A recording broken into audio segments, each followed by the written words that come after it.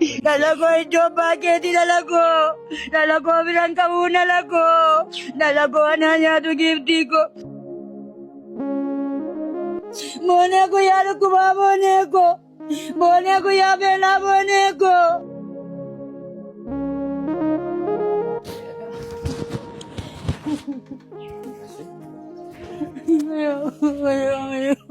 Ayo. Mone ko bilang ko. Bilang, ayo jago. Mone ko bilang ketu ko gifti ko. Mone gargatu ko gifti ko. Gifti ko masumang ko dalago. Bantu ko ako yaro ko gifti ko. Bantu ko ako yaro kina gifti ko.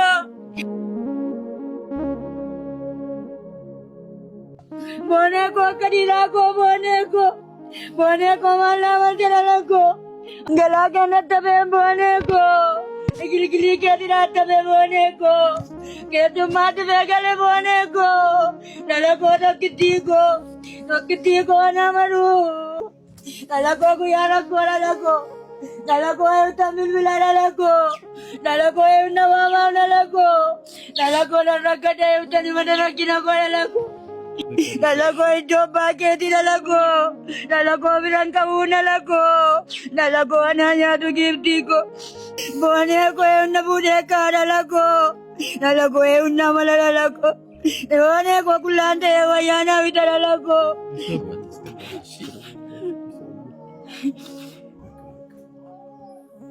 Egaa mana harmee boonitti argamnee jirra. Obboleettiin keenya guyyaa muraasa dura akka isheen boqottee hundumti keessaniyyuu beektu. Egaa harmee ishee gargaaraa kan ture booniidha. Egaa nunis immoo wanta dandeenyu harmee keenya kana jajjabeessina jennee magaalaa Naqamtee irraa kaanee Wallagga Lixaa Dongorootti argamnee jirra jechuudha. Kan keessan eenyudha? Tulinee Naggasaan jedhama. Tole, isin harmee booniiti? Harmee booniiti. Erga abbaan isaanii du'e waan uffadhu hin qabu, waan uffadhee rafuu hin qabu, waan uffadhee deemuu hin qabu, milukkatti waan hin kaa'adhu hin qabu. Mana namaa kee deeme mimmixa dafaqoon dafaqaa qansiraan hojjedha, hoolaa qixxee bitee faantissa. Ijoolleen kun harka namaatti hin galin jedhee mana namaatti hin galin jedhee. Booneen koo kutaa jaha baradhee mayyoomitta siijin rakkadha. Inni ijoolles na gargaaruu didee naqaan koos keessa dhibee amma siijii boomitti rakkadhee itti buleetti ishee Naqamteen jirtiyyuu Naqamteetti na harkaa baatee sokkite. Naqamteen utuma jireessii achi as baabbartuu.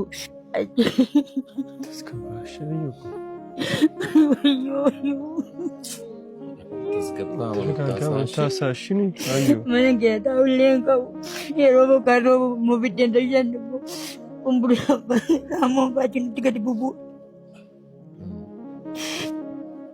Mana bukkee dhaabatanii xilaata qabdee ijoolleen koo kanaan guddise abbaan isaanii jireenya akka kanaa miti. Horiin akkamaa birriin akkamaa irraa qabne birriin hin jiru yeroo sana midhaantu jira walaan immoo yoon qansiraa hojjedhe malee waan jiru qansiraa yeroo sana ammoo birrii tokko mimmixa namaa dabaqu saantoo shabba'i mimmixa namaa dabaqu. Dukkanaa rakkadhu. Bishaan kun Naqamtee baatee Addis Ababaa galtee. Erga Addis Ababaa galtee harmeen koo mayyoomitti harka namaa keessa deemte. Mana namaa keessa deemte jettee. Iyyeen asfaaltii irra teessee caammaa namaa xalatte. Maqaa deebifamee qabu jettee bishaan koo gadhees gaarii isaati. Suutuma jedha tasgabbaan taasaa shaayyoo koo. Ayyoo. Tasgabbaa shaadha koo. Maqaa guddaan fudhattee bishaan koo waa hin hojjenne hojjettee jiraatte. Waaqayyo guyyaa qinii isaa eegee keessaa lakkina keessaa gaafayyee baase. Wayyaa gaarii biddeetti buusuutti kaate. Shaashii gaarii biddeetti buusuutti kaate. Caammaa gaarii biddeetti buusuutti kaate. Qoraan akka durii isaan guyyaatti 3-4 kan namaatti geessu qoraan falaxuu nan dadhabe garaachi natti ka'e kaleen na dhukku. Amma kana booddee rakkattu ansii jira ronjoon jette qoraanis hin baatin maqaan hin balleessin maqaa keenan jijjiiraan jette.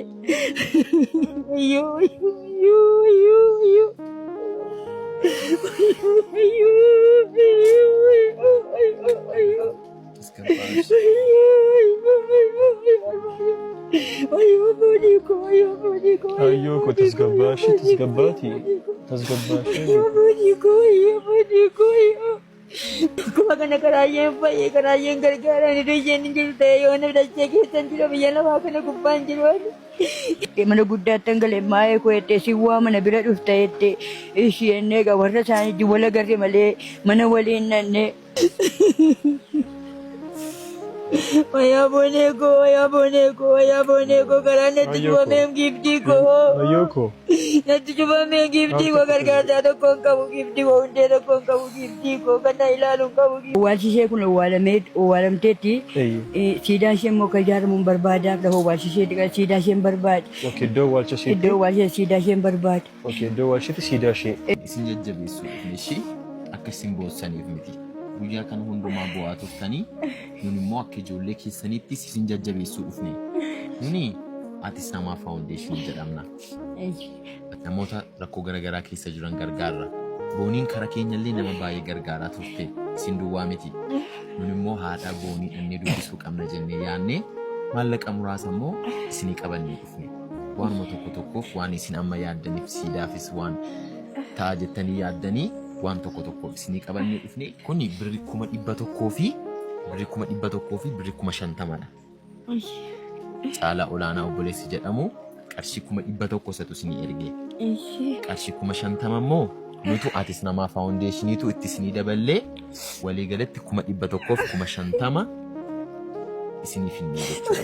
Boo'inaa qaba. Akka boossaniif miti maayyoo nu isin jajjabeessuu fedhashee. Ne ummati Oromoos isin gargaara. Gargaarsi isin barbaachisa.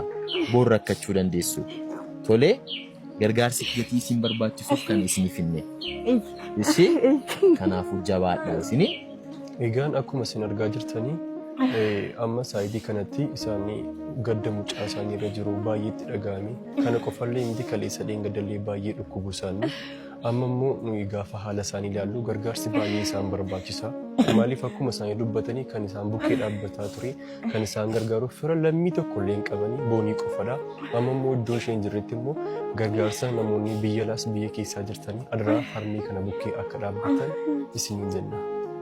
Akkaawuntii isaanii asirratti isinii maxxansina. Namoonni iddoo garaagaraa jirtanii isa dhugaa dubbachuuf booniin kanaan dura namoota baay'ee karaa keenyallee gargaaraa turte karaa namoota biroollee namoota dhukkubsatan namoota rakkoo keessa jiranii fi waan humna ishee gochaa turte. Egaa isin immoo haadha boonii akka gargaartan garaa isiniin jenna. Waaqayyo waaqarraa deebi'ee haa eebbisu sinaa gargaaru waaqayyo. Allamee isaa hundumaa carraa akkasii mana keessan hin galchiin. Carraan akkasii mana keessan hin galin. Waaqayyo waaqarraa deebi'ee isin haa eebbisu gooftaan. Naannoo keessattuu biyya keessattuu carraan akkasii hin qaqqabamin. Isiniin immoo waaqayyo waaqarraa deebi'ee isin haa eebbisu. Isin haa gargaaru gooftaan.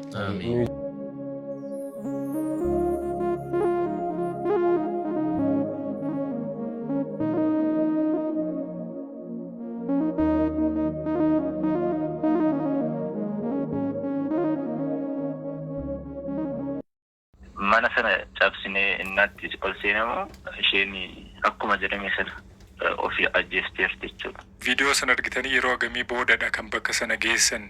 Viidiyoo sana maxxansitee madeeqa nama dura achuma geenyatti fakkaata. Tilmaamaan waan akkasiidha. Mee sana dura haalli fayyaa isheetii haalli jireenya isheetii akkam ture? Booniin nageenyaan qabdii tidaarii ishee keessattis gammadduudha.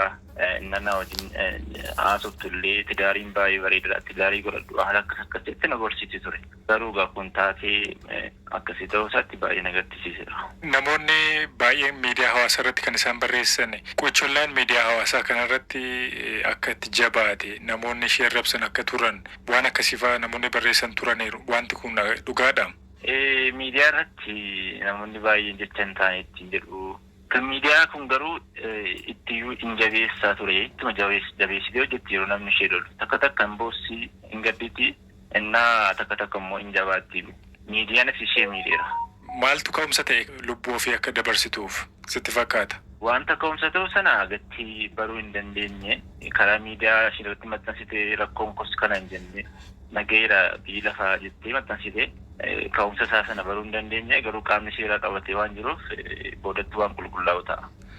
Mee hariiroon abbaa warraa ishee wajjin qaban akkam ture yeroo dhiyoo keessa wanti ishiin sitti himatte wanti ishiin siikaaf jira walitti dhiyeenya qabna naan jetteetta. Erga gaa'ela godhatte iccitii ishee hundasaa hin himtu miidiyaa irratti hin argaane yeroo tokkos innaan hojii koorraan firii ta'uu na waamti. Bakka firii faa wajjin na bashannana deemnus kaameraa viidiyoo garaagaraa natti waraaba. Abbaa manaa ishee wajjin gammadduu fakkaatti akkasuma kennaa garaagaraa illee waliif kennu gammadduu ta'uu ishee hin beekan. Yeroo dhiyootti waldhabbii hin qabanii jechaa jirta. Yeroo dhiyootti waldhabbii isaanii nageenya waldhabbii hin qaban turan. Jireenyi ishii gara duubaa namoonni haasaantu jiranii mee haala guddina ishii waan beektu waa'ee boonii nutti himi. Kophee qulqulleessuu turte akkasumallee koshkoshii waan jedhamu carraa buusuudhaan taphachiisaa turte bakkee daandiirra deemte sa'aatii sanatti jireenya ishee fooyyeffachuudhaaf daandii gubbaarra turte haala ija namaa keessa turte jechuudha. Isaan keessatti jireenya gammachuu qabdi turte. Achi keessatti immoo fooyyoftee gara TikTok irratti ol dhufteeti laayivii xalaaloota hojjetti argaa jireenyi ishee baay'ee fooyya'ee mana waan xiqqoo keessaa baate mana guddaa erga keeffatte reefu torbee lamadha mana guddaa keeffatte torbee lama osoo hin geenye kunoo lubbuun ishee erga TikTok ishee followersiin ishee dabalu akkuma galiin ishees baay'ee dabalaa deema. Halkan guutuu hin taphachiisti baay'ee galii guddaan hin qabdi konkolaataa bittee turte. Qarshii muraasa duwwaatu baankii qabatee jira malee maqaa ishee bittee jirti. Jireenya karaarra jiraataa turte kan jedhamu kophee qulqulleessiti mana kiraayii hin qabdi kaffalatti suusii garagaraas qabdi turte amma gara amantaatti deebitee jireenya ishee baay'ee jijjiirtee turte baay'ee haaromfamtee turte kan duraa sanarra. Namni ishee gorsu tureera. Haadhaaf abbaa haadha hin qabdi abbaa hin qabdu bakka hundumaatti garuu kan ishee gorsu haala hundumaa keessatti illee murtii du'aa irratti murteessaa turte wanti hundumaa ishee mudataa ture illee sanatti jajjabeessaan ture akka obboleessaatti anatu gargaaraa ture. Mana yaalaa fa'aa geessitaniittu sana booda immoo sirna awwaalchisee isatti akka raawwatamee nutti himi. Egaa asii hospitaala Minilikitti geessanii erga mirmiraa hundumaa godhanii achi gara Wallagga Lixaa Laaloo Asaabii bakka jedhamu aanaa jedhamutti fuudhanii deemanii. Kan isheen heerumte reefuudha. Ji'a tokko lamaan caalli maatii ishee bira kan galtee deebitee umuriin ishee waggaa 24dha. Ji'a tokko booda birthday ishee ture kan isheen kabajuudhaaf qophaa'aa jirtu nullee kan itti qophaa'aa jirru. Abbaan manaa ishee Yoseef Caalaa jedhama kan waliin jiran. Yeroo lubbuun ishee darbu eessa ture rakkoo ishee sana qubaa qaba ture. Yeroo inni maxxansa sana argi kallattiidhaan ishee irratti gaafan dabalu bilbilli ishee cufaadhaa ishee irratti sarratti dabaleen ture. Tole. Eessa jirta inni gaafadheen ture ani kaameraa suura kaasaan jira Finfinnee keessatti naan jedhee erga nuti poolisii waamni wanta nu maamjisne booda dhufa. Egaa lubbuu ofii ishee dabarsu wanti akeeku waanni sana mirkaneessu waan argitan maaltu jiraa fi. Na bira geenye gamadumaan akka uffannis deema jirti barreeffama kan biraallee waan tokko illee barbaanne ture mana keessa homaan argite. Balballi banaa ture. Manni baay'ee cufaa ture manni hin cabeeti wanti seename. Guddaa galatoomii yaada nu kenniteef ulfaadhu. Isinillee ulfaadhaa galatooma. Poolisii kutaa magaalaa Addis Katamaa naannoo Burcuqqootti itti gaafatamaa qorannoo yakkaa kan tahan Sintaayyoo Ayyala dhimma kanarratti gaafanneerra.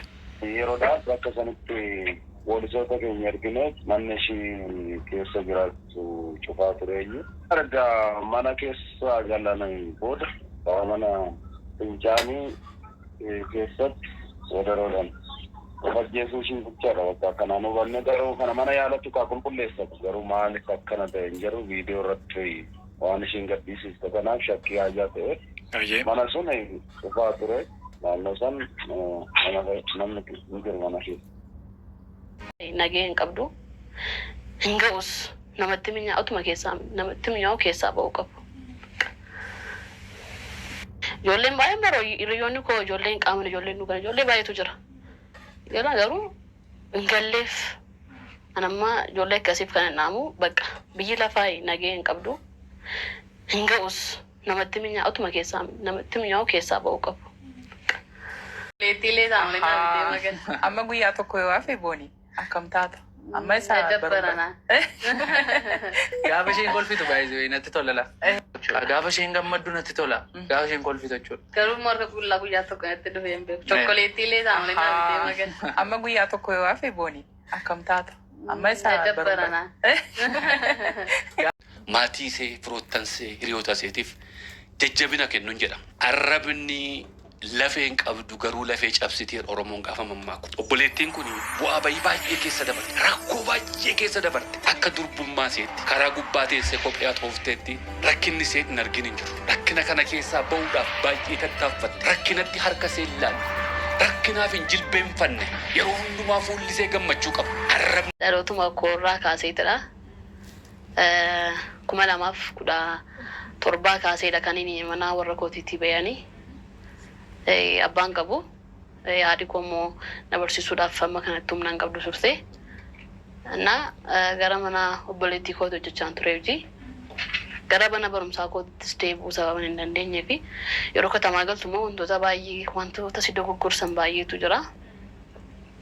Naqamtee gara waggaa 3 taa'e waggaa 3 keessatti haalota suusii keessa gaggaleera.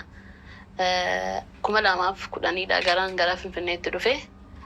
Isaan dhufe bakka chaalenjii baay'een dabarse. Bakka kana dheestimuu hin danda'u garuu baay'ee jireenyi naaf bu'aa baay'eedha bakka amma kana jedhee waan asitti himuu hin qabu. Jireenyaan jiraachaa ture.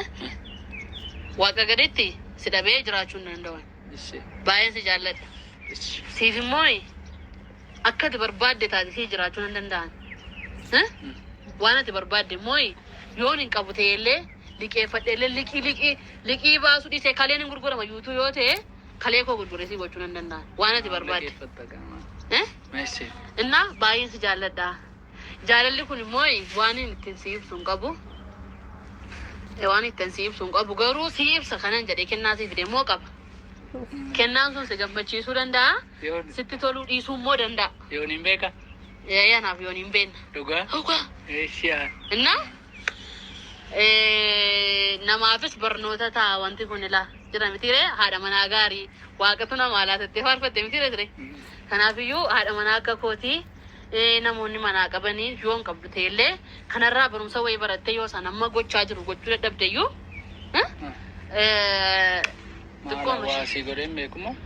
noo adeellam si miti ijoollee shamarranii hin jedhe malee warri waan du'anii galanii nama laalan ta'ee silaa du'anii galanii Oromoo tana laalan guyyaa 3 dura amaaraa turtan cabe qurxame jechaalee turtan namni jaalatee hin bushaa'u jaalateetis hin bareedu amma immoo hin boossan sini galee raftee bakka dhala namaatiif boqonnaan du'a murtee bareedaa murteessite isheen gamnaanii fi dadhabnaan namni du'a kan ofitti murteessu yoo gamteef yoo dadhabe irkoo yoo dhabe sini galee raftee boqonnaa yoo dhabe namni kan of ajjeesu lubbuun tun nama mararti namni odoo tolee fi jiraachuu barbaada yoo gamtee fan du'a filatu waan du'anii galanii Naam jettee bakka yeroo sana haartee akka haasa'uu wayii taatee wal dhiisne. Ani immoo jireenya koo keessatti na lolteennaan bakka chaawwanuman dhiisa. Simmiisa bakka danda'ee manatti hin galee fa'aa cannaqama malee dhiirroof keessatti bo'asii galeera. Bakkeetti hin bo'u maaliin ta'u ani immoo ilmoo dhiiraati. Isa booddee dhiisi bakka isheen hafuure jaalalli keenya haafuu waliin gabbarru naam hin jennee hin kunne jechumatti. Inni dhaabatee kana gidduutti booniin maal gooti viidiyoo poostii gooti. Mucaan immoo gurraa qabdi akkam booniin wajjin hariiroo eegale. Isa booddee viidiyoo anaannatacha hojjette. Anaanii akka wal dhiifne hojjette booniin. Yeroo sana wal dhiisanii yerootti natti sissiqatte. Akkamittiin mucaa keessa jaalallee keessachi jiru nuunoo wal dhiisne irra bakka kana booddee naafatee kanuma walitti daawwamii carraatu walitti nuuf bakka nama amansiiste bakka ishee namani. Kana gidduutti ji'a tokko akkas walii wajjiniin turree booniin dhuftee an bakkaas malee jiraachuu hin danda'u natti hin deebitu taanaan of hin ajjeesaa istii utuu si ta'e maal goota sa'aatii kana. Injimu. Qalbiin keessa jira. Segaleerani isheen sunis of miti. Yoon boonii dhiise booniinis of miti. Sa'aatii sanatti immoo booniin namoota gurguddaa naannoo koo jiran beektutti dawwaltee himte. Hundumtuu natti dawwalaara booniin bakka of ajjeesuuf itti kana gochuuf itti maal jedhame jechuudha. Ani gaa jiraattu iyyuu jedhe maaliif yeroo sana suusii keessaa deebiseera araada garaagaraa keessaa deebiseera waaqayyoof galatu waan meeqa gorsee deebisee hojii eegalsiiseera. hojiin sun immoo gaarii ta'eera. Baatee dhuftee jirta. Cidha kanatti fakkaata. Dogoggore. Sirriidha. Ishii guyyaa kana ga'uudhaaf maal sitti dhaga'ame? Gammachuun kee baay'ee mokolfaartaa. Gammachuu lakkoofsan qabu ka. Baay'ee gammadeen jira. Baay'ee gammadeen kufuu dandeessa garimmoo. Feentii baay'ee jechuun danda'a xiqqoo ture. Kanaafi Waaqayyoo isa guyyaa kanaan si ga'e maal jettani? Baay'een galateeffadha. Guyyaan irraanaaf guyyaa addaati. Waaqayyo isa guyyaa kanaan haalaatee nama gammachuu na godheef immoo galatuma laafi. Waanan jedhuun qabu. Galatuma bichaan kenna waaqa. Bagattiin si ga'e siin jenneera nolisi. Ayyee. Ati suuraa na kaasuuf keetiifi. Ayyee kun qaba. Nama tiktaakiin koo warninginetti kennee ture. Garuu yeroodhuma sana irraanaa kee kompiiliingii godhatanii irraanaa keessatti jirtu. Egaa bulchaan kokkaleessaa kennaa wayitii bitaanaan jedhee ture. Ani immoo uffannee akkuma carraatee immoo hojiidhaaf irra daamaa deemee jira. Uffatanii naaf isin agarsiisa garuu boriin uffadhee suuraa isin hojjedha. Fotootiin ka'aa viidiyoo isin hojjedha. Garuu isin agarsiifadha. Intalli guyyaa kanatti gurgurte garuu nama addaadha ishee.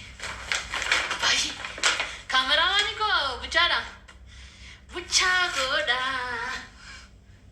Ante irra paantiin haadha talakkaati.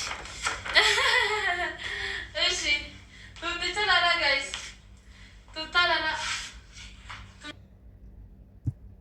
Olino mo wayite fulli ko kun guys lala. Abe bareedina. Maalis ne jechuun fe beettaga. Beettuga. Beettagaan jedhee makkan waanjaa koo taasaa wayatti fakkaate buchaan koo foolorsi 300 galeera. Kennaa bitee kennuufi nan barbaada. Maal akkan kennuuf immoo nan wallaalee wanta kennamuuf wanta Joosef kana kenne jettanii yaaddan yoo jiraate koomentii jala naa kaa'atii amma sammaa naqee bitee sarpiraayizi godha. Kana achuma boran biteen godhaaf sarpiraayizi godha wanta ta'eefi koongiraanaa jedhaanii isin jaalladha. Koomentii jalatti isin eegaa jechuudha.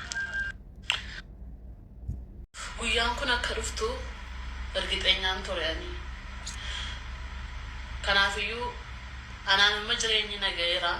Anaan kana booddee boqonnaa kan naa kennu gaa'ela osoo hin taane kana guyyaan kun akka dhuftu ergixeenyaan tureanii. Kanaafiyyuu anaan amma jireenyi nagayeera. Anaan kana booddee boqonnaa kan naa kennu gaa'ela osoo hin taane kana guyyaan kun akka dhuftu በነገራችን ላይ ጁራም ጋይስ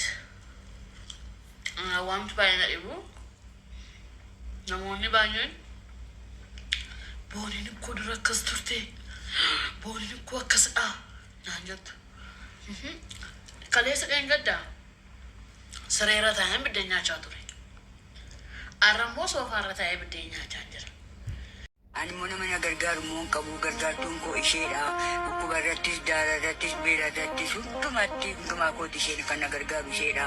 Amma immoo darbee isheen dhabee ishee dhabee erga dhabee booddee immoo uummatichi jiru uummati biyya alaa jiru lubbuu mucaa kootee kana dhugaa ishee naa falmee lafa isheen geesse lafa isheen taate waa isheetti miidhamte naa baree uummati kun akka na beeksisu barbaada. Ani mana mana gargaaru moo. Kijibii keenya keessa qodaa mana hundumasa kunooti bibbitannee kunas kun laawundariidha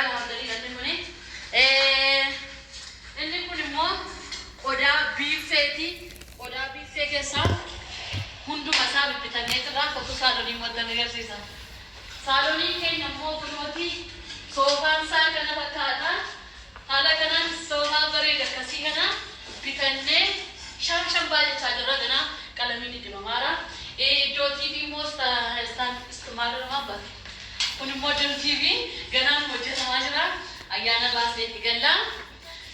Shiikattosa kan immoo tanarratti Intaa jetteeyyuu wanti isheen hin yaadne mana kana hojjechuudhaa fi qarshii hedduu finneerraa birrii baay'ee dhangalaasneerraa amma isaa yoon isinitti himuudhaa baadheyyuu dhugaa dubbachuuf qarshii hedduudha kan nuti baafne haadha manaa akkasii warri fuudhin jirtan waaqayyo isiniif haa kennu. Inni addunyaa kanarraa tidaariidhaan eebbifame eenyu yoo jettani ana reeyyaa hin jirtan. Kanaaf kennaa addaan qaba haasaan dheeressu goone.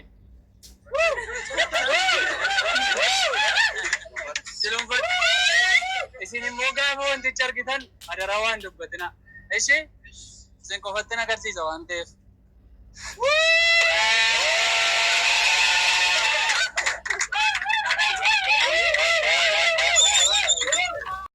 Hi guys, akkam jirtu nagaa keessanii. Ani nagaadha. Arrammoo Joosin surprise gochuuf jedha. Saayitiin isaa kanaan dura citee bu'aa ture. Na saayitii kunola saayitiin isaa durii kana ture. Jalaa citeennaan har'a haaraa isaan bitee fi deemeen kennaa kana kennaa fi maal akka dhaga'amuun ilaalaa.